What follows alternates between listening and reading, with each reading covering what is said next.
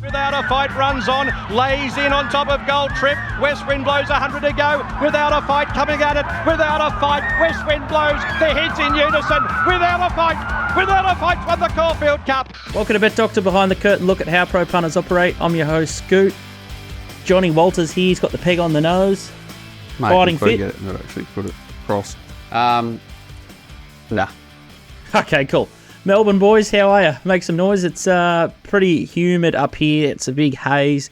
A lot of bushfires out in Western Queensland. So all that smoke's starting to roll into the Gold Coast. So hopefully everyone out there can find a way. But it's grim stuff there. Freezing in Melbourne, I see. Yeah, Arctic blast here, Scoot. Yeah, we came through yesterday and 10 degrees, I think Nico say, was coming back from Geelong. We had hail here. I know Mum and Dad just up at Woodend 40 minutes away said it was snowing yesterday. Snow.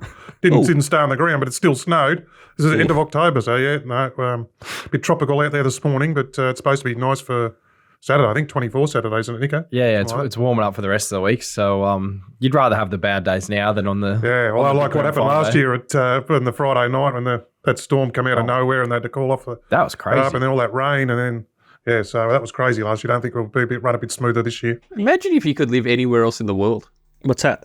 than Melbourne. Imagine if you could just live anywhere else in the world. Imagine if that was possible. Yeah, it's great. Grouse. Good red wine drinking weather. You can't drink red wine up there where you are. Got to get the fire going and get it going down here for us aficionados. You acclimatise very well. Nico, you're sawing pretty well. I think you got 4 wins on top by my count at Geelong. Tricky day. It was sort of... very leaderish fence on early, a couple charged late down the outside in the last. I think Greg Urell had a good winner first up, but it's a tricky one, Geelong Cup Day. Yeah, it's a tricky track because they come downhill, don't they, when they're sort of building their momentum. So, if you're on the fence and it's the place to be, it can be, wasn't as bad as yesterday as sort of other years have been, but the rain through the day definitely evened out the track. The cup was...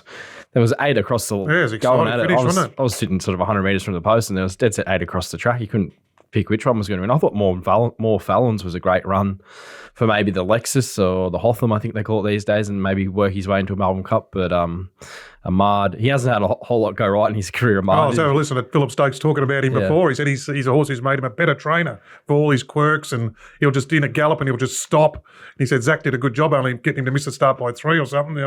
Quirky horse. So he probably deserved it, but it was a fascinating betting day, and I think the next 2 meetings from Moonee Valley probably aren't that much easier. I think you're going to have to pick your mark over the weekend, that's for sure. Do like the idea of the Geelong standalone meeting in January, more for a social event. If you got a Bucks or if you got a lads weekend up your sleeve, I'd target that heavily. You got some great golf courses down there, 13th Beach, Barwon Heads. You'd be probably able to get on a couple of those, and you and your mates will be able to run right down in Geelong. I'm telling you, it will be a great day in January. I'm tempted if it's 10 degrees, hailing and snowing, you'll be able to get on. Nah, not in January. Be grouse. Oh, January. It's in January. What's a standalone day in Geelong? So they've just announced at Racing Victoria with all these lead-ins for the Blue Diamond. Probably be 60 degrees and bushfires. Telling you, it'll be one to put in the calendar. So make sure you try and get down to the Geelong meeting. Last week, Caulfield Cup, boys all over it. The Quinella, the Exacta, however you wanted to play it. Marks are a peach. West Wind Blows was gallant. Gold Trip was huge. Probably it's going to be the lead up form, I guess, from the Melbourne Cup. But got to be wary. Gutbuster. We've got Gold Trip backing up this week. I'm not sure who's going to jump on board with him. But where's it going to put or maybe one for you, DK. How do you treat these horses going out of the race?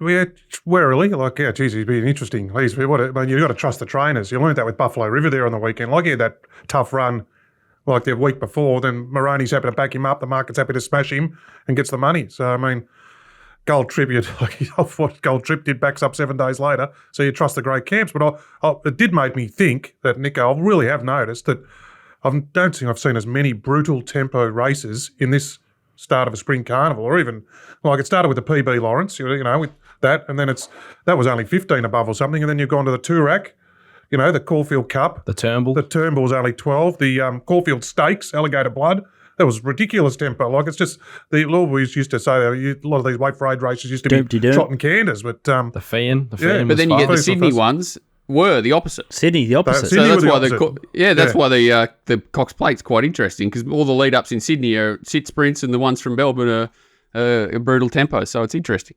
Yeah, it's just I think you just got to trust the camp, Scoot. I think that's the lesson I learned. I sort of half wanted to find Buffalo River on the weekend. I just couldn't get out of my head that he'd worked so hard the week before, And then I know he's an 8-year-old and he's a bit of an iron horse, but then the market wants to smash him and he wins. So I think Gold Trip, you'd expect him to run really well on the weekend because they're just the best trainers in the country, Mar Eustace. So, I'd be camp. Trust the good trainers, Scoot. My answer to that. It's a shame that we won't see West Wind Blows in the Melbourne Cup. Mm. It's a shame. I know they're weird rules, but as punters, we love to see 2 lead-up runs into a Melbourne Cup. Well, I think most do. So obviously they're just trying to protect the race. You can't run in the Cup if you've run 2 times before. There's some crazy rule like Nico no more. He can run in the Champions Stakes, I think, on the last day. The gap between runs or... Yeah, you can't run the Melbourne Cup. Geez, I didn't know that. Right, that's news to me. Okay. So if you want to run in the Cup, you've got to be like, those horses like Valiant King and that who have 1 run and then they can go in, but you can't. Right. You've got to pick 1 race to go for, sort of thing. So you can only have say it's too taxing or whatever. It seems the opposite to me, but I guess they've done it for a reason. That's the most weirdest. That's the weirdest thing I've ever. You'd rather see him come out here 2 months out and acclimatise and lead up. You can vet it 63 times if you have to. Logically, but it's a lesser race for him not being there. That's for sure. Yeah, it's a shame. It's a shame because the first 3 across the line would definitely all. Yeah, you'd love to see them all clash again in the Melbourne Cup. The first 3, and the vets almost pulled the winner out, which is extraordinary. And Nico from the yard, you said the horse is the winner. Without a fight, it's got more improvement in him. Yeah, I think he could improve, and I can see why they nearly pulled him out. Like he's a terrible mover, and like even looking at the yard on Saturday, I was like, have they got this wrong? But I think that was probably the thing they were weighing up all week because the camp said he was fine, and that's just how he is. He's a bad walker. He doesn't trot up well. Blah blah blah. And I can see why the vets were sort of questioning that, but no, they got it right on the day, and he's a very hard horse to assess in the mounting yard. But he's just got a big ticker. That's what these good horses have, don't they? Just a big art. Yeah. No, who do you ride if you mark Zara? Gold Trip. DK? I'd be without a fight, I think. Yeah, me too. I'd be without a fight. I still can't get my head past the weight. I think he's just a better horse. Trying to carry that weight. And 2 kilos doesn't hurt. He's such a good rider, those sort of, both of them. Like they're similar horses to ride. He was saying why he breached the whip rule. He said I got really busy on it. From the, I think it was 4 to the 2 or something. It's one of the first horses off the bit, really. Yeah, like so 600 out. And he said he's got Gold Trip. He's got to ask him, sort of wake him up, get him to go, get up him, and then when he goes, he goes. So he's such a great staying Group 1 rider, and they're similar sorts of horses, I suppose. That's why they both go for him. I thought that was the best thing about Without a Fight's win, though, that he sort of looked flashy in Brisbane, beating up on Wombats, but that was the first time he was under pressure early, and the way he just big kept strong finding speed. him. Yeah, I think that West Wind Blows is one of the better horses I've seen come out from the UK for a while. And to put him away, I thought he's going to be hard to beat. I thought Mrs. Zara was one of the best performances post-race. I thought she was an absolute beauty. Racing needs to embrace more of that. Well, that's like Beck watches no racing. I showed her that, and she watched the replay about 5 times, and then she was asking me questions like, "Oh, why would the riders be angry?" You know, like it's just a really good interview that they should really smash out. But I'm sure they will handicap it. Well, that was the most circulated thing in all my chat groups, whether it was racing people or non-racing people. So just need to put that up on flashing lights. Everyone just loves that raw emotion. Interesting one with just the final one of Zara. I think racing's bringing itself into disrepute with that $50,000 like flashy fine. I thought it was ridiculous, and I think Mark nailed it too.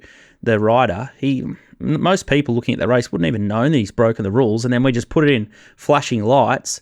And Brock Ryan hit one 9 times in Sydney and got a $300 fine. Well, exactly. On the same day. Well, Jesus. I didn't know till 6 o'clock at night. Someone told me. Yeah. And I was watching Hit and West Wind Blows. I had 2 horses I was watching in the race. I had no idea. So if I haven't noticed it, 99.9% of the people haven't noticed it. And then comes up, you got a fine. He breached the whip rule from the 4 to the 2, whatever it was. Or in total, he said he hardly even touched it the last 75. So look, and then but then Terry Henderson's has gone and blown up and said, what about that? If it happens in the Melbourne Cup or something, I'm happy to protest and leave it to the stewards, and they've got it quantified. It's just a big mess, but anyway. There's a few, I'm going to say wherever there's a few of those broadcasts at the moment. They live for that crap, though, don't they? And they just love to push it, and they feel like sort of Gerard Whateley and. Well, that was his wording where he said flagrant disregard. Yeah. I mean, that's steward's wording when they're going to hand out a severe suspension or something like that. They didn't. They said, you breached it. This is the fine. You got a cop. Gerard Whateley. And then trying to equate it to tennis and That's other stuff and like it that. doesn't help because anyone who doesn't know racing takes his word for it. They think he's a qualified journalist or whatever he is, and it's none of it's any good. Wouldn't know racing if it bit him on the arse, Joe Whaley. Quick one from one of our one of our customers and one of our followers. Just thought I'd follow this up. It's just on the theme of, I guess, bookmakers, and we've got this influx of all these small, weedy little operators, and just a big buyer beware if you're going to deposit into some of these places, because this is a real life story. I've redacted the betting shops' names to protect ourselves, not really trying to protect the people involved. I've heard in redacted it. since 1987. Oh, I'm not a redactor. Great word. No, You're they not use a it. redactor. I'm I usually saw it for the first time in one of those things you sent out, Scoot, where those bookmakers asked for betting accounts with non-redacted stuff. And I said, I hadn't seen that word redacted. I must have used it as well, Scoot. Oh, it's a big Dan Andrews and Victorian government, straight out of their playbook. But redacting sort of helps you in certain stages, and I'll just call them bookmaker A and B for the for this little example here. But this is a real life thing that's happened to one of our customers, and I'm sure there's a massive queue of people. So I think our DMs will light up after I read this story out. But how's this for one recently? Bookmaker A subleased itself to an unregistered operator in January, and they've accumulated $2 million worth of debt. So this is a brand new sort of this is like startup, not a big joint, but a smaller betting shop. So they've handed the keys over to someone else to steer it. They restructured in July with creditors getting 30 cents in the dollar. They sold to Bookmaker B, and now Bookmaker B didn't take all the accounts. They've marked some as bowlers, which mine was one of, which this guy is clearly not a bowler. And now he's sent an email into Racing New South Wales who are investigating. So I think... So has he got not been paid? Hasn't been paid. So he's got in funds stuck in there, and he's just saying, well, where's my betting bank? And I think but sadly, I think 20% of his betting bank's just sitting in there. So he's done 20% cold. And there just has to be better protection out there for punters. This is a complete mess. How you can just hand the keys over to someone else is quite ridiculous. And it just shows, just because there's 100 bookmakers or whatever is out there, and all these like on-course bookmakers getting licensed, it's not a feather in a cap to the PRAs. They need to protect the punter. And God, if this guy's got 20% his bank, there would dead set be hundreds, if not thousands, of people that have got sucked up in this. It's awful. Yeah, well, you see just like Instagram and things, you're bombarded, like obviously people like us who have interest in racing, they target you, and every day you see a new one that you've never heard of. Yeah. And how would you know who's behind it, how strong they are? You go to their website, they all look the same, they're cookie cutter, you've got no clue who the licensee is.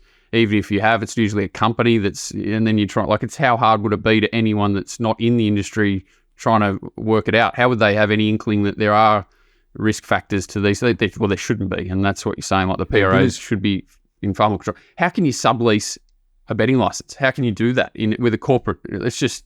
And I think it just comes back to once bookmakers and operators have got a couple of black marks against their name, there's got to be deeper consequences and bigger consequences. You just can't let these rat bags jump from shop to shop. Once you get a couple of strikes against your name, their license need to be pulled back, and all the warning signs are there. It's along the lines of, we don't want to pay you because we think you're a bowler, or we want your financial statements. These charlatans need to get run out of the game ASAP, and it's a stain on the game at the moment. Yeah, and they're not contributing. They're just making things worse. So PRAs just need to pull everyone along, because saturating the market with all this garbage is doing worse, and they'll just lose it. Like, we need it. As I think Richie went off a bit half-baked in one of his tweets there, Richie Irvine, but the theme's right. I think we need a national regulator or ombudsman just to sort of step in, because at the moment, the states can't handle it. But it needs to be independent, nearly. That's right. Does. Exactly. It does. So it can't be any of the ones, because you imagine if one of them gets control, it's going to be a nightmare. But yeah, there's a circle jerk over the 200 bookmakers. It's a bit like the prize money argument, saying, we've never been stronger, 200 bookmakers, you can get on NBLs. It's just absolute fantasy land, and it's not beneficial to the industry. And it's everything should be made on that decision. Is it beneficial to the industry? Is it contributing to the economy? But no, the ecosystem. No. All right, there's our little Be careful. little smash and grab there. But big warning for any of these new startups. Just tread very, very carefully if you're going to roll the dice and have a crack at some of them. Today's just going to be a beauty. Donnie's on weather watch. He's going to look to the heavens, and I tell you what, it's so humid here, it's going to absolutely bucket down. I think we've got 10 or 20 mils going to hit the Gold Coast, so if you're betting into Doomben, hold fire. That said, Donnie's already sent a bet for the Syndicate because he just can't help himself, but there's more to play out there. He'll tip a couple of winners, hopefully, for us on the show. Walt, tricky week last week. You got the invitation in the Spring Championship. I'm not sure where they keep finding the money, but it's there. It's big prize money on the table. Nico, Brave Mead was an absolute beauty. Just went to script, didn't it? I thought it was going to be a bit of a carve-up job inside, but just got the job done. My TopSport double collected, yours didn't, so there's a pissing contest. Love it. You Brave got me? Mead into without a fight.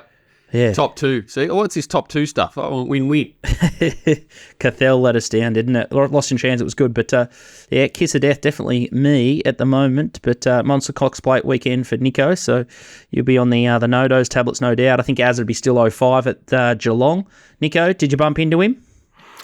I heard him sort of getting around the track. I didn't actually see him, but yeah, I heard him at one stage, and he was definitely having a good time by the sounds of it. So I did hear in his little Telegram group that he was having a crack in the Geelong Cup. He probably got it right, taking on the favourite, but yeah, it was a tough race in the end. But yeah, it's an interesting day out at Geelong with all the locals, that's for sure. Tippany didn't find the winner. No, not many did. I'm going to just jump back into someone's segment, and I think I've got a moral on Saturday after killing Cathell. You didn't really kill him. He got absolutely carved again. Like, you just butchered the ears off him, but anyway. Yeah, so that's the only. I just keep. Could have been worse. You could have tipped the winner at 25s and been playing with your sister and completely missed the race and then tried to jump off the balcony. Palmetto. Yeah. Just bet. I was playing mate. And then I had to stop the game to watch the Caulfield Cup, and I got my ass torn off me for stopping the game to watch the Caulfield Cup. That's my life. Tell you what, Saturdays just need to be out of bounds with family time. You need to push that to Sunday. But anyway, you can sort your own problems out. TopSport Steam had, I think the big bet last week was 10,000 on Gold Trip, so that was exciting. But missed there. The best is back on all Group 1 Melbourne races, and they've upped the limits around the grounds for some of the listed in Group 3. So good stuff there with RV and TopSport finally turning over a bit better money. Nico, it's Manikato is to Saturday. So why are we racing on the Friday night, carving up the track? Because we can. I like it. I think it's like, it just creates another opportunity to bet, doesn't it? You get 8 more races. They do it every year, and it doesn't really have that big an impact unless it rains. So the track. I mean, that's why they leave rail true and true, because the track doesn't carve up. It's gets very little wear and tear. It recovers really well. So they nearly haven't raced there for a month, and they've only had sort of 4 meetings. Again, we'll say it again. Like, how good are our track managers? Yeah. Like Tim Bailey, that track last week, just sensational. Marty Sinon's been doing this for a long time. He knows what he's doing. So, and the Moonee Valley track is like old now. Like they're just waiting until they bulldoze the joint and move it all. But they're still doing they've since the first few meetings this year, this season, which were a disgrace.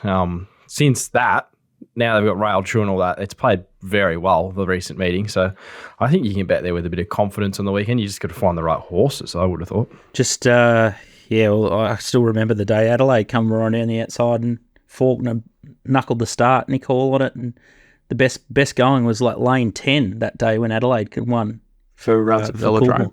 That's 10 years ago now, though. Well, that still hurts. It still hurts. Okay, Friday night, Moonee Valley, which is alongside the Launceston meeting. So it's going to be Moonee Valley and Launceston on Friday. Big thanks to TasRacing, FormplusPro, one of our sponsors that jumped on board. But going to the Valley first, though, race 2, it's the VOBIS Gold Star, and it's a 1,500-metre event. Hot little field this. Regards Marie, $3.80. Umgawa, $3.90. Delicious Tycoon, $3.90. Beltoro, $5. I'm a Shelby, $6. Tobay Shore, $8. And forget about the rest. Beltoro's the replay we're going to have a look at here, Nico, and this is a two-rack out the back in the Lime. Yeah, he doesn't do a whole lot here, but this is a much stronger race. It was a very fast one race, and he's at last, and he went around 200 to 1, so he's probably the horse with the least amount of class. Thought, given a few of the horses in front of him, like Pounding, Corner Pocket, Savannah Cloud here to shock, like he hasn't been beaten far by them, and gee, this is a long way back in grade from that. His run prior at Ballarat's probably the run you really got to go off, where he was flying home, sat last in a solid run race, flew home for second. Then you look back through his form last campaign, he's got a second to Right You Are. He was a big winner at Flemington when the blinkers went on. And then ever since that, he's really been pretty consistent. So I think back to 1,500 metres out of a fast run race, I like that. I like McDougall going back on board the horse, given how well he rode him 2 starts ago. No knock on Teo. He's just coming back from a pretty tough injury at the moment, and McDougall's absolutely in the zone. And there's just a few nonnies here, like Regards Marie can't win a race. Guy was the same. Delicious Tycoon, I think, might come out and go the mare's race. And then where are you looking? Like, I think this horse he's been a bit of a change horse since the blinkers went on. He'll be in clear air, and I think at around sort of $5 or $6 on a night where I've struggled to really find anything to stamp, and I haven't really attacked the Saturday meeting yet. So I'm a bit behind the 8 ball, but I thought, what's going on? $6. I read that in the wind up. How have you not over the Saturday meeting yet? Was he out for dinner last night in Love or something? No, I had to do Launceston actually. So sorry. That held me back a little bit, but yeah, I thought at $6 in a race where, you know, Umgar and Regards Marie are favourite, and I don't think there's a whole lot between them ability wise. I'd be happy to take that. I think it's a great bet because the top 2 of the market, they look like they've been up for a while, and there's just a lot of convictions for a lot of those other horses, and the class drop's good enough for me. DK, any thoughts? Or Not on that race, no. I'd be horned up at the $5, so we'll definitely be betting there, Nico. I think it's short and sweet, but it's delish. All right, let's start. Can you just look at Moonee Valley Race 3 Saturday in your off times during this show, please, Nico, so I can attack you about it later? Oh, let's just talk. Well, Let's just talk about it now. Question without notice. So, Moonee Valley Race 3 is the Tesio Stakes. We've got Wishful Lass, Sole Choice, the Thalassophile on Francais, Osmosis, Dazzling Don't have Lucy. to go any further. Don't have to go any Wishful Lass is further. in the race. Gee, she'd be hard to beat, wouldn't she? Would have thought. Yeah, she got to carry 59 compared to 54, a few of her main dangers. I actually did. This was one of the races I did do. I did the first 4 races and thought I've got a bit of an opinion here too. I've actually seen the race already, so I'll be interested to see what you guys think. Oh, you've already seen it? I've seen the race, yep. DK got Nico. something to offer. No. I was going to ask you. So I was asking you about a horse later on. Ain't no deal done. Well, everyone might as well we'll talk about. Stay on this race first. We'll stay on this race, and then we can flick back. The horse. I know the horse wants to back, and yeah, you can back it. There you go. The Oracle. What else is it? The one that won, Who was that? Osmose. That was Number 3. Dennis Adorno. What did they do to it last start? Just a complete neck job. It's won 1 year, and thank your mother for the rabbits. Well, where did it position last start? Doesn't matter. I don't care. I don't live in the past like you. We're not thinking about Faulkner and Adelaide. We're thinking about race Saturday. I'm thinking in the future. I'm actually in the future. I've actually already collected. Hasn't hit my account yet, but it's all right. Were there any questions asked when they just... Well, I can't believe they put up $14, but I think $9 is a big price. That's all I'm going to say. Well, they just got... Is there retrospective stewards' inquiries? Because how did this horse just get dragged back out of the race and just not compete?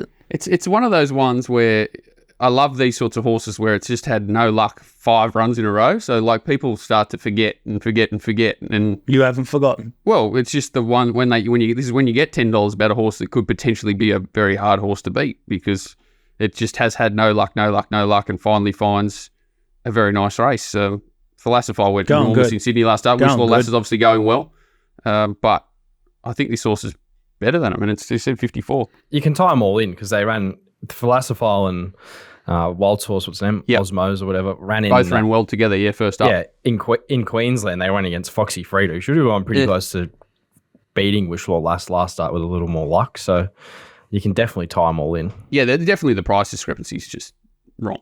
Yeah, 1 and 3. I'd be able to back 1 and 3 to beat Wishful Lass as well. About 2:35 this morning, I saw that race. Yeah, woke me up, cold sweats. I was very excited. Okay, let's better get the car in reverse here, and we'll go back to Friday night. And we're going to talk about ain't no deal done in the JRA Cup. He's $3.70, Sabak $4.60, Forgot You $4.80, Shahir $5.50, Braden Star $6, Red Sun Sensation $6, Bank Moore $12. That horse is flying. I struggle to see. I thought Ain't No Deal Done and be very hard to beat. 4th up in trip. In the last, like I said, those horses went past him the other day. Sabak, or Forget You did anyway, and then he just put the foot to the floor, lifted his speed and raced away from them. 2 from 2 at Moonee Valley. Good tempo. He likes good tempo races. Bankmore and Sabak, they'll roll along up the front. So I couldn't find anything out. Well, it was only Mornington, which means a RDO on Friday. So I went Friday night and saw him in and said hello. So, yeah, no, I think he's a different horse this prep. I don't know if they've got his feet right or something. He had the glue-on shoes last prep. Well, they came off this prep. And he's forward. Something's clicked. Something's clicked, yeah. He's a different horse. He's a horse in the zone. So, I think I love him fourth up in trip, sort of around this distance range. I know you know him well, Nico, so I was interested in your thoughts. But I was surprised he probably wasn't a little bit shorter. Like, I sort of thought he might be 280, not 380. He's even better odds out there in the market, I think one joint wants to take him on, but early doors. Who's that? But, You're going to have to redact it. Don't. You don't say. Can't. Better redact it. Yeah, we'll take it offline. Yeah. DK, I think there's one danger in that race, and horse just ready to absolute peak was my comment from watching its last up replay was Red Sun Sensation. Oh, yeah, well, it was the one. It was the other one. Yeah. I gave it a hope the other day at odds, and it didn't let me down. It ran a terrific race. So went huge. Yeah. So, no, I thought it was the other one. I was sort of looking at all the runs that were deeper in their preps. I was looking for sort of the third and fourth up horses, and so I saw no deal done. But Red Sun Sensation would be next for sure, Scooty. I'd be happy with that 2-bit strategy. The way Ain't No Deal Done worked at, I don't know, was it the Breakfast with the Best the other day? Jesus Christ. It went like an absolute Learjet, I thought. So, DK, we've got that 2-bit strategy. I'm just going to press into that. So Lovely. Get your bank ready, punters, because it's going to be a beauty. All right, let's flick back to Saturday. Couple of sharp turns there, but let's go back into the Vase and time for Scooty's Moral, the most exciting Kiss of Death segment on the planet. Verdad's a favourite here, $2.60. Snowman $4.80. Air Assault $6.50. Port Lockroy $8. Apulia $8.50 on the backup. Sunsource $12. Coning, interesting run at $14. And then you got SK Bulawayo, and that's the rest of the market. The horse I really like here is Verdad. I thought he was absolutely super in the Stut Stakes, and that was Griff. And then this is obviously the Group 1 Guineas. He's in the pink there, and just watching him, he actually could take a position at the start of the race, and he jumped pretty handily. So he can sit back off the speed now, jumping up to 2,000 metres. I think he needs every bit of 2,000 metres. He's just so raw, this horse. I don't think he's put it all together. I'd be even more confident if they put the winkers or blinkers on him. And he sort of just started to come again for that last 200 before he sort of cops the check. And through the line, he was sort of okay as well. But he's only had 3 starts, so he's spotting these other horses, like another campaign. But I thought just stalking the speed behind a couple here, the Adelaide horse Air Assault and the other horse that's jumping through the grades up at Newcastle and Kembla, Coning, they look like the 2 leaders here, Coning and Air Assault. I thought this horse can just sit sort of a pair behind or even one further back. And I think he can reel him in. I think the camber of Moonee Valley will really help this horse get around. I did really like him in the Stut Stakes. He was sort of taking ground late off Griff, and I think he's still just on this big upward spiral. And when you talk about horses like King Colorado or Militarize, they're running around in the Cox Plate, and I think this guy's just so untapped and just got a lot of ability. So if he can put it all together, I think his greenness is probably the biggest query about him, and I probably just wouldn't rush into the price. Like, I do notice you got that Snowman and Port Lockroy both in Sydney. Dual acceptors, and maybe Apulia mightn't back up. I know the camp said that they will, and I think Larry Ashman said that David Hayes jumped on the phone to Ben or Will or whoever or Grace or someone and said, make sure you back up Apulia after last start. But I thought this horse was clear one to beat, and just be careful betting early if you're going to cop some dual acceptor deductions. Yeah, well, I gave him a shout out after his maiden win, which was just went like an absolute Learjet. So I gave him, I think I remember before that Stut Stakes Scooty, I was at his horse to watch from the bush, and just the way he sat on speed and just powered away from him at Bendigo in the manner of a horse with a stack of talent. So it's no surprise he's got this far so quickly. That's the only query. He's getting deep in his first prep, but he should have arguably beaten Griff, and he was a terrific run against when not suited in the Guineas. So he's a bloody progressive horse going forward, that horse. Yeah, can't knock. Definitely can't knock. Puntingform.com.au, that's how I do my form. I can tiptoe anywhere. I got burnt yesterday at Port Lincoln, but I'm fearless. You can't admit that, mate. Why? That's like saying, bang, $1.80 to $1.50, I've just declared one. You can't go, I just got burnt at Port Lincoln. You can't tell people you're betting in Port Lincoln, mate. I can bet anywhere because I got puntingform.com.au. That. Why? You can't admit to it. You just pick the eyes out of the form. You can't tell people you bet at Port Lincoln. No one's going to respect you. Your wife won't respect you. Everyone knows I'm sick for Adelaide. Your children won't respect you. All right, let's talk about the Manikato Stakes. And there's a horse they have to respect here, despite some people on some channels saying she's severely under the odds and what? Overhyped. At it started $1.30. Yeah, down at Shock Jock Radio, I think there's a few people against it. Imperatrice $1.45, IME $7, Bonus Notches $7.50, Uncommon James $7.50, Jigsaw 21, 26 Inferno IMore 101. Not sure why I read them out, but they're definitely racing there. There's a couple of replays we'll do quickly. Bonus Notches is the first one. He's sort of a fair way back here. Walt, what do you think of it? Oh, well, the key to him is dildo off, shin on, isn't it? This was just a bit of a train wreck. If you sort of just pen this run and put it down to circumstances and go back to the run prior, he's probably the danger to Imperatrice if there is one, just because he's sort of a little bit untapped and coming out of the strong races. He's definitely like coming out of a lot stronger race than IME's coming out of, who had basically everything to suit. So he's definitely the most interesting horse in the race away from the favourite. This is IME on the outside there in the white with the red cap, and I guess she's the bunny, isn't she? Yeah, it was just hard to run on this day, and they controlled the race completely, and her best attributes are her tactical speed and that sprint that she's got. So obviously the second horse had a bit tougher run. How's in Bella transit Nipotina as well, getting and that is Bella Nipotina coming home from the back, but she was probably a lot better running, in my opinion, than the winner. But you can't knock it. She's got a good speed and can kick off it. So if they He's Big Orange, Imperatrice, just rounding him up. Well, she's got the gait as well, doesn't she, to stalk him in this race. So if she does this, good luck. Nico? Yeah, my only knock would be her two most recent performances that have been, breathtaking, up both at 1,000 metres. Now she gets back to 1,200. She has won at 1,200 Moonee Valley in the William Reid, but she'd only beat Bella Nipotina, who was flying home there in the other race, and you can definitely tie them in to say Buenos Noches and IME aren't that far off Bella Nipotina, which probably puts them half in play. It's just whether she can hold that level of her last two, stepping up in distance and having a bit of a gap between runs. Like she's going to be a month off up in trip, and seems like they've been pretty light on her. I heard on racing.com that they've only really given her like one proper hit out since the last run. Heading into this prep, would you have thought 1,000 was her pet distance, or she needed 1,200? No, exactly. Yeah, 1,200. So it may be a positive. It's I know where you're coming from, but I don't mind the 1,000, 1,200, especially when she's got 1,400 metre form. I think it's nearly a positive. Anyway, Because she was great against Sartorius. That was 14, wasn't it? 1,300. 1,300. So she sat outside the leader of 1,300 and got nutted on the line, and that was Sartorius at his absolute best that day. Great ride. I think the key to this one for Imperatrice is the bad horses are drawn sort of under her, and it's a small field, so I don't think there's going to be many traffic concerns for her. If it was a big, full 12-horse field or with a lot of junk in it, I think, maybe $1.50 is a bit scary, but there was going to be a lot of multi-madness. And the big one is I Am War. How many, doesn't he get like 40 grand or something for running sixth? Too smart. No one's even taken up the eighth spot, and they could have got 40 grand as well. What's the it best to nom? The weekend? How much is it to race? 10 grand or something? I don't know, but it wouldn't be 40 back seems pretty generous. It definitely wouldn't be 40. I would have thought the only way Imperatrice can get beat if Bourdon Stoches gets a 20 out of 10 from Bish and he's on her back and she's a little bit flat or just not at her absolute best, and he just gets her on the line. Yeah, agree. He is going well, that horse, and he had a bit of a bye last start.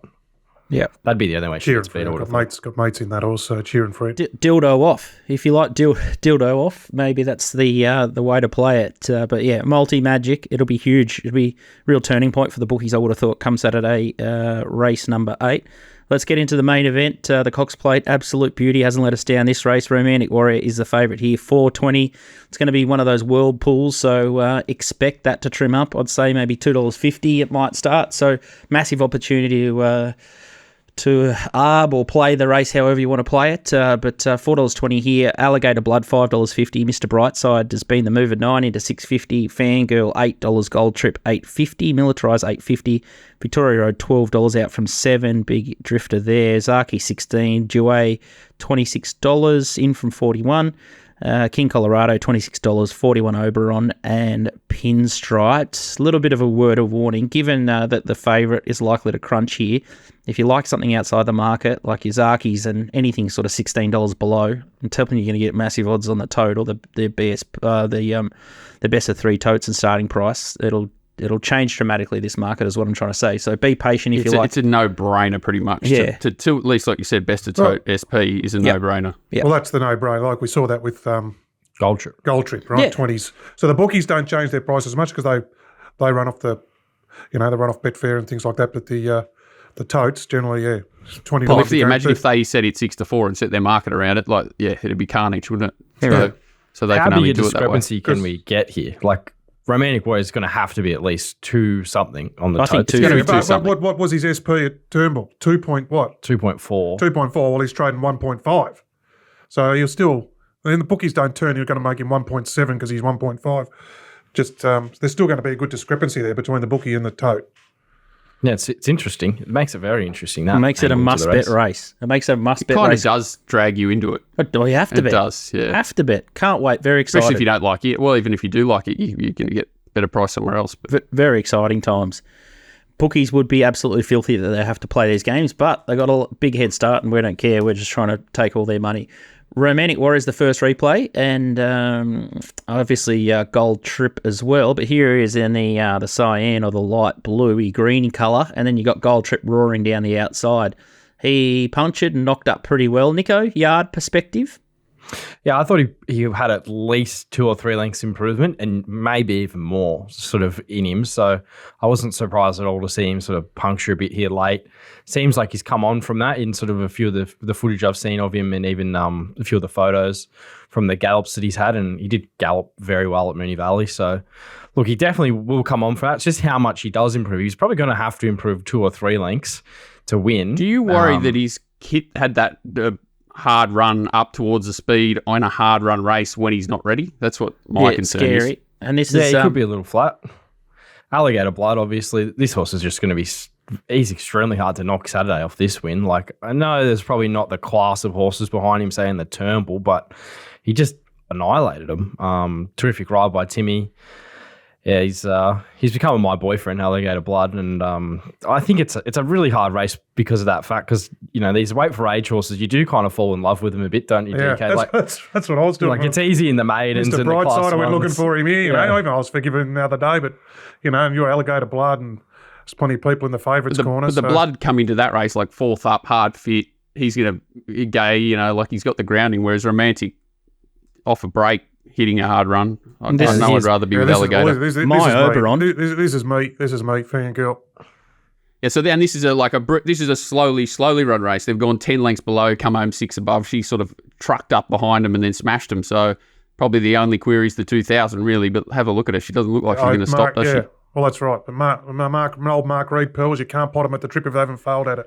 So, like I said, it's question mark. There's a lot of question marks. Has that run flattened Romantic Warrior? As you said, did it hurt him because he was first up? His Alligator Blood off the absolute gut buster. There's every one of them's got a query. So it's whether just you got to put your eggs in your basket. So I love going. As you said, I like going looking for the slow pace called spring horse. And she said one run 1850 on a slow track, which is certainly against her. And she was pretty dominant there, even though they didn't go too far. So like you say, she's never shown a sign that she's not going to run 2000.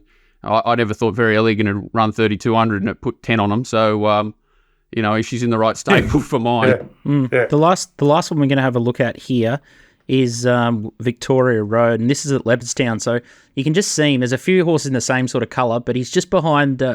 He's in the blue and maroon behind the white horse, and he just comes across their heels now and just starts to get clear air. So he's got a bit of a bad habit of laying in. He sort of straightens up and still hits the line here, and that was over a mile. So bit of a query again around this horse's credentials for a strong 1600 metres. He probably finishes closer if he sort of runs straight there. He's well travelled, this horse. Like, he's been to America. He's, I think he's even had a few runs in France, maybe, or something like that. Like, he knows what it's about, sort of coming to a new country, and seemingly settled in pretty well. It's big market drift, $7 out to $12. Maybe it was just sort of the wrong price early. He's probably the most fascinating run in the race. He gets B Shin. Maybe up to 2,000 metres, he could have a bit of tactical versatility. He's a real unknown, probably with militarised a little bit, given we just don't know the strength of that 3-year-old form at the moment. But there's plenty to be militarised that he's going to run a huge race here. And the 3-year-olds do have good record in the Cox Plate, but they have a really good record when they can put themselves up on speed. Not many of them win from out the back. So that's probably going to be militarised as a big issue if Zach can get him out of the barriers, because he missed the start on Marira last start. So Yeah, he's a fascinating horse as well. I'm still not over God's Own trying to out-sprint Makybe Diva from the back of the field. That was that's the one that I never got over. Well, you think of like the $3 that run well. Like Castelvecchio was in front at the sort of 600. Seamus Award led. So you think led. Like you got to be up there to be really. They have a good record, but when they're up on speed, they do add something to the race, though. I tell you what, haven't they over the years? 3-year-olds, geez, they add something to this. The instructions for Zach Lloyd seem pretty simple for mine. Not that I've got any connection there, but you just try and find the bum of a horse like Mr. Brightside. He's got to get it out the gates. That's all. Get it out the gates and find Mr. Brightside. His only job is to get it out the gates. Because if he half misses it, and he's not a horse that can muster, it doesn't seem. And if he gets sort of crossed by my Oberon, whatever, he ends up fall back the fence. Yeah. He doesn't look like he's far lap to me, and he just about has to be, doesn't he? It's an interesting one. Like, just while we're sort of speaking about this, I'll sort of make a bit of a case for militarised. I went back in his Champagne Stakes win, and that was on a soft 7. I think he sat sort of 3 and 4 wide at stages, and then just kept surging to the line, and that gives me the indication that 2,000 metres is going to be fine. And then I went back and had a look at his Caulfield Guineas run. For some reason, Moreira had him lent up against the gates, and that caused him to miss the start. And I noted that he got bumped sort of 2 or 3 times within the run there, and I thought they were actually really soft on him. And I just didn't think that there was a huge level of intent to put this horse in the race or to sort of hunt him and make him run from a really long way out. Maybe I'm wearing rose-coloured glasses, but even the fact that Waller's come out and said that the reason that he put Zach Lloyd on in the Under the Rose race was because he had the Cox Plate in mind further along. So that was just an absolute pipe opener, which was great around Cylinder. And then in the Golden Rose, he was breathtaking there. And then Cylinder's come out and franked that form somewhat around the Everest. So I think you can make a case that the 3-year-olds aren't terrible, and this horse, to my eye, looks like he's going to run 2,000 metres. I want to horn DK up a little bit here, right? So the simulation is that, say, Militarizer's coming around them, Gold Trip, and Fangirl's on the back of one of them. How the hell are they going to hold her off, those horses? That's it. Like, he's going to have to be a long way in front of her for mine to hold her off, because she's going to run him down. Like, I think in Colorado's, though, like, if... The more I look at it, they've got to jam it to the front. King Colorado. They've just got to jam it to the front and take the risk. Because, this is his grand final. Whereas, like, I was kind of with you, a lot more militarized, but the more I see it, I just can't see how he can win, because if he's not 4th, he's going to have Gold Trip or Vanguard on his ass. And if they control up front, he's going to have to run down Alligator Blood. So he's got to get past them and then hold them off. And I just don't know if it's possible. Whereas if King Colorado... he's untapped at this sort of distance range. If he sort of rolled with a 49.5, got away with it, took off at the 800, and I could see him holding on at 30s, and it was probably worth the play. But just the way he sustained a gallop in the Guineas, off the wide run, he wasn't stopping. He got hampered there on the line like a few of them did. But and if he goes back, he's millions surely. But if he goes forward, he's got to use the lightweight surely. Surely, and then it's just the way you sort of run it up. Either that happens, they go forward, Alligator gets to control when he wants to take off. He's the one to beat. If they go a bit early, all of a sudden the back markers come in and Fangirl's sucking. And if she jams off that turn, I'd be very scared. Nico? Oh, tough race. So I had the blood on top. Just think he's very hard to knock, and he might get a few things in his favour. And I kind of lent to the Cox Plate form of last year. I think that was a very strong race with Adam Owen and I'm Thunderstruck. I think if they'll hear it again this year, they'd be well in contention. So I think they've had a bit of seasoning now, those two. Alligator Blood, you saw it last start, that 2,000 metres, no issue. And I doubt it'll be an issue with Mr. Brightside as well. So I was with them too. And then I thought Gold Trip's probably the big danger from the back. Romantic Warrior has to be a chance. Like, if he can run up to his Hong Kong stuff, it's...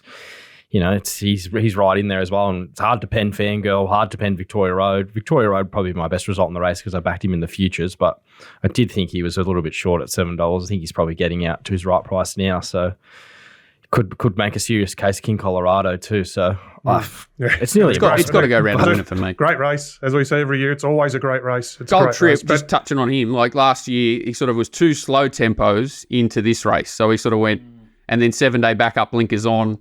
Ran well, he was unlucky. This year, coming off 2 fast run races, and he looked a bit flatter in that Caulfield Cup late to me. Like, I think he's harder to find. I think he's right on target for the Melbourne Cup, but he's one I'd be happy to risk here. I think they're just he's not going to have the zip to hold off a couple here. And Nico just raised another important. Another tick for me on Fangirl is that she had all those good runs to Fangirl to Animo.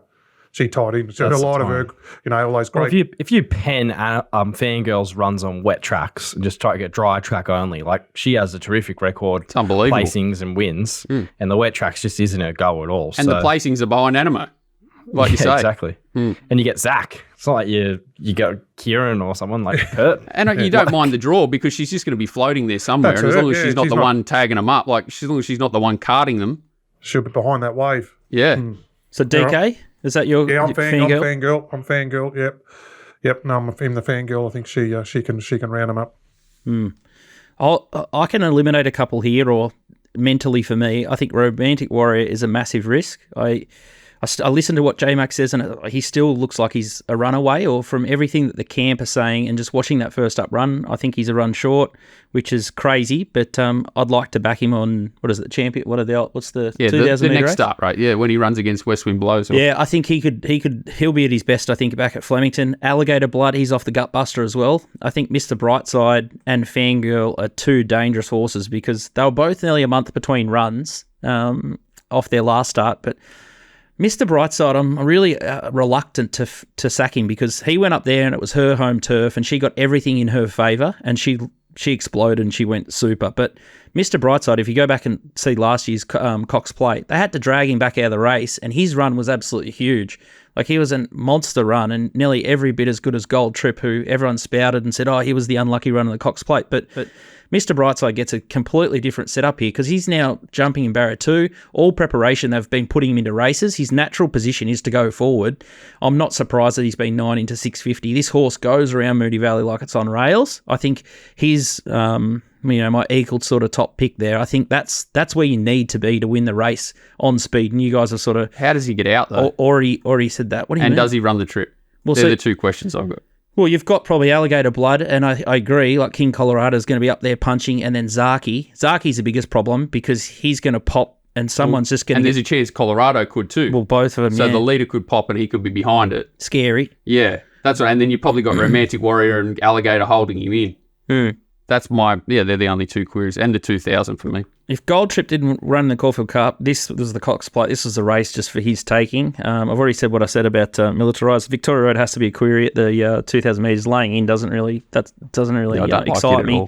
Zaki's a pop. Dewey, if they all fall over and they all get off the fence, this horse could just sneak up the inside. The Bradbury, it needs a Bradbury, but it could do it. Well, and the smaller field sort of suits it. And Moonee Valley, I'm surprised that Ed's never taken it there. King Colorado can win. My Oberon wouldn't completely shot me at 40s, but Pinstripe would definitely shot me. So I think what did you eliminate?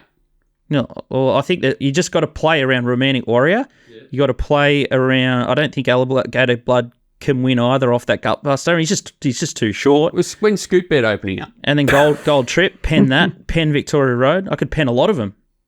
I've just put a pen through about 6 or 7 horses. Well, I think the consensus here is Fangirl, by the sound of things. Yeah, Fangirl and Blood. I think we both think he's going to be the one on pace, although Nico and I do. Great race. And Colorado's the horse that a silly price that you have to get involved in because it's just too big an X factor. Just a really scary, sticky draw for Fangirl. Like very elegant, Mr. Brightside. There's just so if you go back in the history of how many horses that just keep having to charge down the outside. It reminds me of when Adelaide flew down the outside and Faulkner bungled it. What I can't remember your story, mate. It reminds me of that. Yeah, well, he tripped out of the gates, and then Adelaide just come sort of 10 wide and things like that. So it's going to be an interesting race. But there's a couple there just off the gut busters that I'm happy to put the pen through. But who's the horse that puts? There's someone always takes off at the 800, and we've probably covered the race for too long. But who's the horse that actually goes? Is it Romantic Warrior? Or is it Alligator Blood get to choose? Because that's probably the way I think he's hardest to beat. If he gets to choose when he goes Alligator Blood, that's probably that's when he becomes a short price favourite for mine. I just can't see the horse that wants to put Sting into the race 800 out like they usually do here. Yeah, I don't know. Yeah, it's a weird one, isn't it? There's normally one, but maybe Zaki, maybe if he doesn't get in. But hard to know. Yeah, it's an interesting race with all these angles. It's great. It's a great race. And I think that's the best angle and why you have to play is the World Tote. Because you've got Romantic Warrior, so it's going to get crunched in. Otherwise, it's like getting probably like a 20% bonus in price. Yep. Anyway, Nico's going to have the final word, so make sure you join his Telegram group. Great time to buy. It's starting to really expand that group. $25 a week. It's going to be great value over the next couple of weeks. You're going to get lots of bonus meetings, which is absolutely beautiful. Randwick, race number 7. Wal. Do we really even have to worry with Randwick? Well, okay, let's go to Randwick. Are you tired? No, You're already it's knocked just up. such an ordinary Such a meeting. downer after talking about the Cox plate. It is. No matter what Valenius does, he can throw as much money as he likes at it. He'll never get a Cox plate type thing. So good luck to him. Hey, mate, he'll build a velodrome. Don't put it past him. Isn't he going to see Joe Biden this week? Imagine the conversation between those two. Imagine the circle jerk. Oh my God, he'll be like, "Oh mate, do you know Wayne Pearce and Biden?" Oh, it'd be awesome. He'd be I'd love to perfectly there. placed there with all those Wicked at dribblers. Bernie's on steroids. Oh, mate, they're all stiffs. Randwick Race 7 is the Spring Champion Stakes, Group 1 on the line here, and Tom Kitten, Oh, your $2. favourite horse. Oh geez. Bookie sauce. The bookie sauce. Walt's even got the cat. He's got the little prop there. Race 7, number 2, Tom Kitten favourite, $2.35. Raff Attack, $5.50. Toodle Avita, $7. Gambare, $8.50. Port Lockroy, $11. Cap Ferrar, $16. Kintyre, $18. Glad you think so, $18. Ravello, $18. Sneaky little horse here, Madatsu, $34. The Waller Yard, Josh Parr on. I think the Gloaming's the one replay that Mr. Yeah, let's watch this. Walty. Let's watch my life Tom hopes and Kitten. dreams run off the track and disappear before my very eyes. So this is where my relationship with my sister broke down when I smashed myself in the head here at about the 200-metre mark. Tom Kitten Tom in the Kitten bumping duel with down the 10 outside, J-Max smashing him around the bend. The leaders, Raff Attack, Gambare didn't quite get the run he got last start. He's back in behind them. What's it called? The thing of Glad You Think So or something. He's there. Cap Ferrar won from the outside with Tom Kitten, just the biggest run you've ever seen in your friggin' life. 37 multis go down the drain, including the last leg without a fight for 140,000 in the Caulfield Cup. I'm not over it. I'll never be over it. He's draws 1 Hippo. I think he'll get him out of the gates. He'll probably still be 3 back, and $2.30 is no spoil. And look at that. As he's, I'll probably tell the stewards he's ringing me. They'll be listening in when I call him back. Yeah, I think there's not too many surprises here. Raff Attack and Gambare be up there. Gambare is the one I wanted to find, but with Preble on it, it just it takes the wind out of your sails. So yeah, it's a very boring preview for the moment. I think if Tom Kitten holds his form and gets the run, I think Hippo's no big change from Nash in style. He'll be strong on him late, which is what this horse obviously needs. Yeah, I think he'll knock him over if he has to. It's just such a big opportunity for him. He'll make sure the horse gets out, winds up, and he'll be very, very hard to beat. Port Lockroy. Well, he was in Melbourne too, wasn't he? He was a good win the other day, but it was a very ordinary race. All on one prep, very hard to do. Same as Raff Attack. Like, it was a great effort for him to put his hand back up last start and hold him off. He didn't get any favours up in front. So, yeah, like those horses are all on the edge, I think, whereas Tom Kitten's had that prep and grounding and going to be very hard to beat. Same as Gambare. That's why I had him sort of clear top 2 picks in the race. So I think this is when it comes to the 4, that first preparation, it's very hard to win this race and go onto a derby or anything like that. The other horse, I know he got a suck run there, but I think he'll improve stepping up to 2,000 metres as Cap Ferrar. I'm just pretending he's not a Stitzel. Yeah, exactly. And you can't really knock that run, can you? Like, he probably had a few more favours than Tom Kitten, but he finished right alongside him. The other horse that's interesting for the Derby, who did get knocked over as well in that race, is Ravello. He looks like he's crying out for 2,400, so keep an eye on him, but he's probably going to be out the back here and set a task. And yeah, it's a bit of a weird race, but surely it's Tom Kitten's day because it's the first time I'm not on him. He's just in that precarious position, but if anyone's going to get him out and stand over him, it's Hippo. Well, he's gone to war with Mum, with Gay over this, like jumping off the off Gambare to take the ride on Tom Kitten was a gutsy play from Hippo, and like obviously a great opportunity, and he's riding quite a few for Godolphin on the day, so I'm not knocking him, but it was a ballsy play, and hopefully it pays off for him because he's a bloody good rider, a bloody good fella, and he should suit this horse. Cap Ferrar's a roughie for me. Boys in Melbourne, any thoughts? No, I'm a big Tom Kitten fan, and after hearing what Nash says about him, you're probably not dropping off. But didn't he say like could be the best horse he's ever ridden? Is that what he said?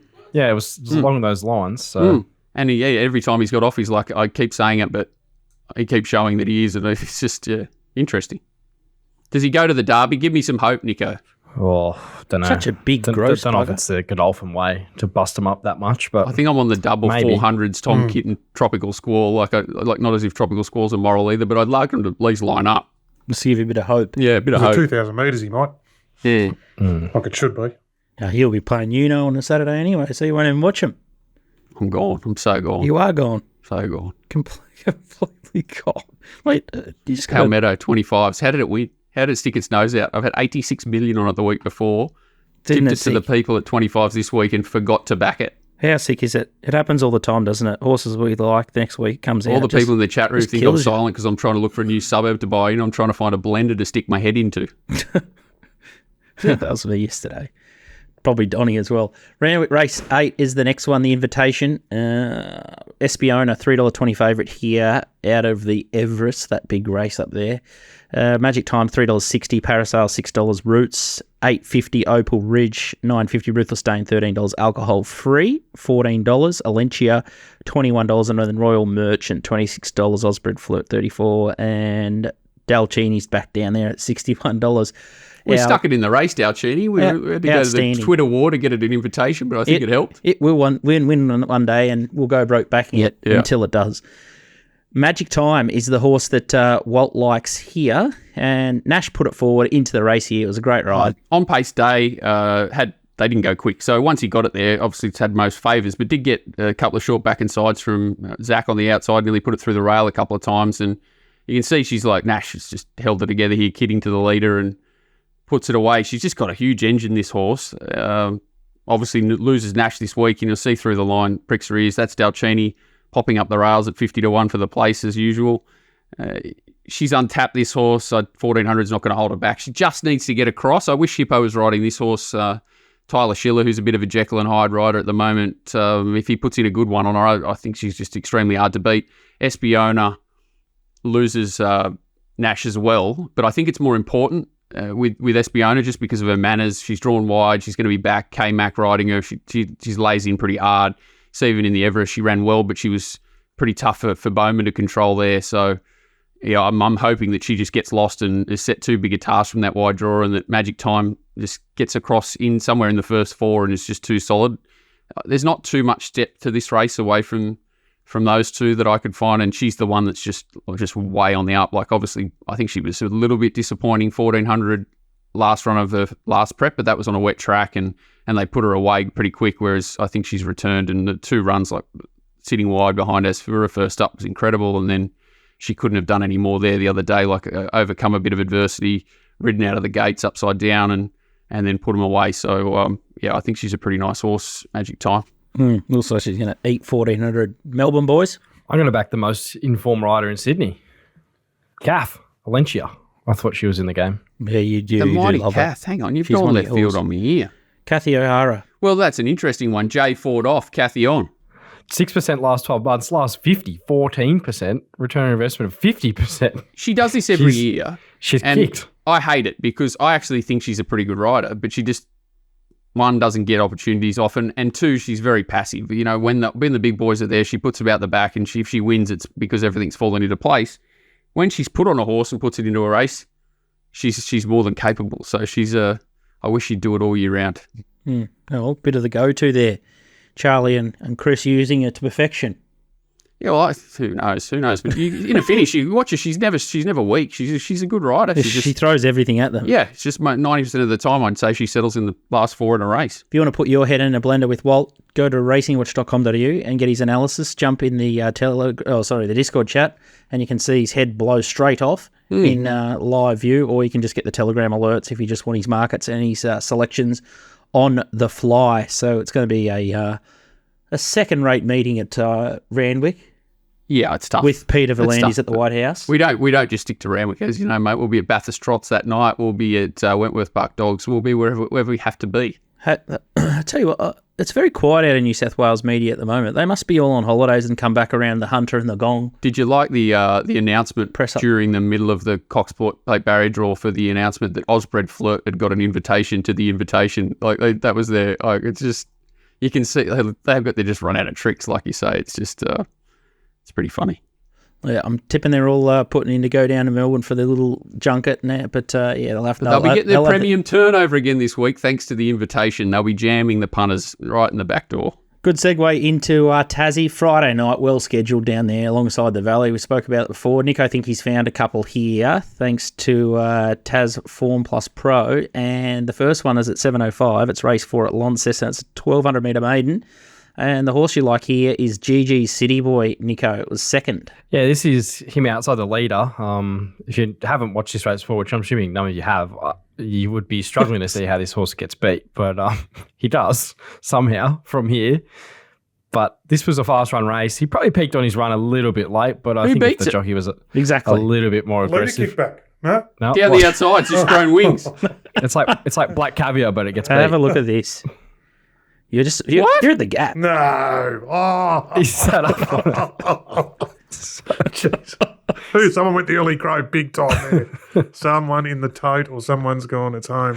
I wouldn't have even watched the last 200. I would have been collecting. Calvin on again. I think he'll be getting the job done. He'll be riding out to the line for sure this start. And that was a high rating race. This horse tried really well coming into this campaign. So this race is a lot weaker than that race as well. So puts him up on top of the speed, rides him out to the line, and he probably wins. GG City Boy. Calvin, I tell you what, his Calvins will be changing colour if he gets a beat. After that, wouldn't they? Yes. That's an absolute beauty. Nico said to Donnie, he goes, how do you guys bet and do the form in Eagle Farm? Like, out of your mouth, like trying to chime into those things at Launceston. That's the rides that they're down there a bit. Like it's pretty crazy. Mate, straight jacket material. All right, the next one of Nico's specials is a Launceston race 9. It's a Class 2 handicap. It's at 9:35. So you just have to stay up a bit later there. It's a 1,400 metre event. You haven't found him again, Nico. Yeah, he's our man, Calvin. Oh, I think he seems like he's 100 years old. I think he had a bit of a spell and now he's come back. It's not Case Anderson. Case Anderson. Case Anderson. Oh Kelvin my God, Sanderson. he's been everywhere. Yeah. In the yellow, absolutely annihilates this field. The horse in the Trinder colours, the right and red, it runs earlier. An expensive mistake. The second horse, it also runs early in the night. So you get a bit of a guide on this form. But this horse had 2 starts from Michael Trinder, I think his name is. I think he's the father of Adam. So he's obviously got a bit of talent there. And he's had 2 runs for this trainer. First up run, he just peaked on his run a bit late. And then there, he was $2 into $1.55 and one with a leg in there.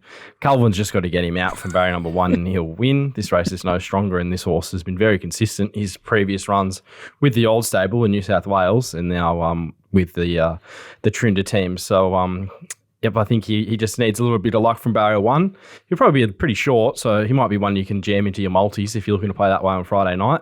But he should be winning with any luck. So all aboard Calvin on Friday night. Hopefully he can get the job done for the punters. A couple of people in Walt's chat room have jumped in the queue for Zach Lloyd militarised shirts if he can get the job done, and we might get some Calvin Sanderson shirts. Get some Calvins. Get some Calvins. If he can get the double. So fantastic stuff, and that'll give the punters something, Nico. It's fantastic stuff at TasRacing FormplusPro. Make sure you check out their website. So if you want to start dipping the toes and get a little bit more serious, you can get an account there for free and start doing the replays, and you get access to the TasRacing TV. Snapper's on there. He's a pretty good judge down there, so make sure if you're looking for a little area that you can start to poke around and do some form with a smaller pool of horses, great little spot. Premier jockey in the country, D. Perez, whatever his name is down there. Perez, yeah. Home of D. whatever his name is. Has that finished, the inevitable? Finished the course after its last start? You killed it. Oh, God. As soon as you review him and put like BB next to him, game over. Well, I nearly had a kit in a foal or whatever, another child when Waterford loomed up the other day. Yeah, once it settled 4th and 5th, he must have been excited, yeah. That's where you thought Catelli, like, that's what I mean. How the hell does he end up 5-6 lengths behind Waterford in the run? And, yeah, anyway. Wallered, and ricocheted. Anyway, it's going to be a great meeting at Launceston. Big thanks to We've gone around the TasRacing. grounds here. We've gone full Ray Hadley this week. We're everywhere. Winners everywhere. Big show, long show. Donny's best, Lost in Transit was a beauty. Geez, the bookies took it on and you could bet really late there. But tough win. It's building a nice little CV there, Lost in Transit. And the Kendrick stable absolutely flying. Kelly Schweider's going good. And Kendrick, I tell you what, when the money goes on, they rarely miss. He's got Doomben. And as I said, Weather Watch. G'day, gents. Couple of cracking bets this weekend at Doomben. There's a little bit of rain forecast, so I'm going to have to watch the weather and see how much falls. Don't want to get too wet. I think I found a couple of nice bets. The first one is in race 3. It's called Serial Offender. It's only had the one trial at Hawkesbury, ran 4th out of 5th, but it did it in good style. The winner that day, Gaze Artist, came out of the Kenzo on Wednesday and won in what looks like a pretty decent race. So it travelled on the bit, didn't really let go, and looked to be doing it quite easy. So at 370, it's only against the Mashanis on Saturday. I think you can knock them over. So I think it's a great price. Probably should be favourite. Then we go to race 9, Eagles Craig. He was first up for the new stable up in Queensland. Comes out of a really hot race. The winner, Cody, has won well against Sets, and Brosnan had been racing in group races in Sydney. So I think it's a really good race to bet out of, and I think it's a good chance. From barrier 1 may get held up. That's the only issue. 240, happy to back it. Cheers, boys. Beautiful. Only against the Mashanis. Famous last words. I'm tipping that's bitten a few on the backside in the past. And Who's then Eagles Craig with up there? Off to anyone off the top of the head? Jack Bruce or something O'Day like and that? Hoisted. O'Day and Hoisted, okay. Good trainers. Big run was it first up behind Yep. Coty and Brosnan and all that sort of form. So it looks like it's He's always had ability, that horse. It's just whether, I think he's got some soundness, like looking in the yard, I could guarantee he's just not everything's sweet with his legs. Like he doesn't move that well. So then he's got bad knees or something like that. If they got him right, you could definitely get a bit out Well, of it's him. country, sort of mate. up there. Everything flourishes up here. Have a Everything look at just me. heals. It's like the land that time forgot. It's just all, everything comes back to life. Even DK, even though he does ring me, but he comes back to life up here. He smiles. TopSport top 2 promo is Moonee Valley Race 7 Verdad. So look out if you back Verdad. It's the kiss of death. That's Scooty's moral this week. Into Walty, I'm coming for you. Race 8, number 7, Magic Time. So Tristan's offered $4 for $100 per customer. Given our run lately, I would have thought that he'd give us $10 because we are absolute killers. But the bookies will definitely need Verdad and Magic Time beat. So hopefully we just jam This it is right not up. good because the other, like, he's got the other Tristan top 2 that I What have you have done? helped the bloke with. He's gone alligator blood Magic Time, so there could be plenty of Magic Time. Fair and easy race. Yeah. Alligator blood. Well, no, got to do the Cox Plates, one of the 2 that he wanted. So it's alligator into Magic Time. Here we go. So Magic Time's got plenty of pressure on it on Saturday. That's frightening. It's frightening. Nico will spear into that though. He loved it. He's sicko. TopSport Steam, real good. Gold Trip, not as big as the 10K last week, but there's $1,000 at $850. I think if he gets through with the Caulfield Cup, is the consensus. He's He'll going to get better be than $850. storming home late if he can hold it all together. Wonder how his feet are going. Not sure. Race not. For them to run him, the feet be must sweet. not be. They must be on top of that. I would imagine. I've heard that they're trying to get him fit enough for the Melbourne Cup, so that's why they want to run in the He's Caulfield. The Cox. flying, is the male. Absolutely flying. Gold Trip. Yep. Yeah. That's why they're backing him up. Can win. Oh, I think. Can win. Tuesday week can win. Can win. Yeah. Militarise 1,000 at $950. Little Zach Lloyd fanboy bet that 1,000. one. That's a good bet for you. Is that to cover the t-shirts if it lobs? Yeah, Okay. yeah, Zach Lloyd. Will Nice. you Good luck. will you wear a Zach Lloyd shirt if I get one made for you for the rest of the I got season? I got no issues with Zach Lloyd. I got issues with him riding 60-kilo horses, but that's not his fault. Our YouTube comments will explode if Zach Lloyd wins the Why? cosplay. I don't hammer him that hard, do I? It's You not do. mine. I don't know. You I hammer do. the people that put him on. It's not his fault. You do. Oh. Sorry, Zach. I'll wear the shirt. Race 9, number 1, Romantic Warrior, $2,004. So That's the worst bet I've ever seen in my life. someone might be just trying to Jeez, back got the a whole good start to the book, I tell you. Yeah. bit of arbitrary. They're bit all of doing arbing. all these horses. You'll get the thing that'll stop you getting to $6 or $7 is the tote, obviously. Race 4, number 14, Gumdrops, 100 at 21. Looks like a little partial there. Nico? DK probably knows more about this horse than me. Oh, came off as I returned with the Ballarat Maiden win, didn't it? Yeah. Did what it had to do there. Frosty rode it. Yeah, might have come back in good order. It looks to be back in good order. So Philly on the upwards into her prep on pace. I haven't had a good look at the race, but Might have been. Mick Price, Kent, and Mumbai Muse Inhibitions, She versus the Garflick, Floozy, Saltaire, Fire Lane, right to party. No gimme, but on the up, as TK says. 20s. Yeah, beautiful. No, knock. And the last one here is race 8, number 6. That's Wolf Moon. That could be Alan Endres just having the alligator into, I think it's his colours, isn't it? Wolf Moon? 15 into 950, so it's against Preach, Release the Beans, National Choice, Our Magnus. Some funny little horses in that race, so very Jekyll and Hyde sort of race that. Who trains it? Van Dyke? They all take turns. Nut Desley Foster.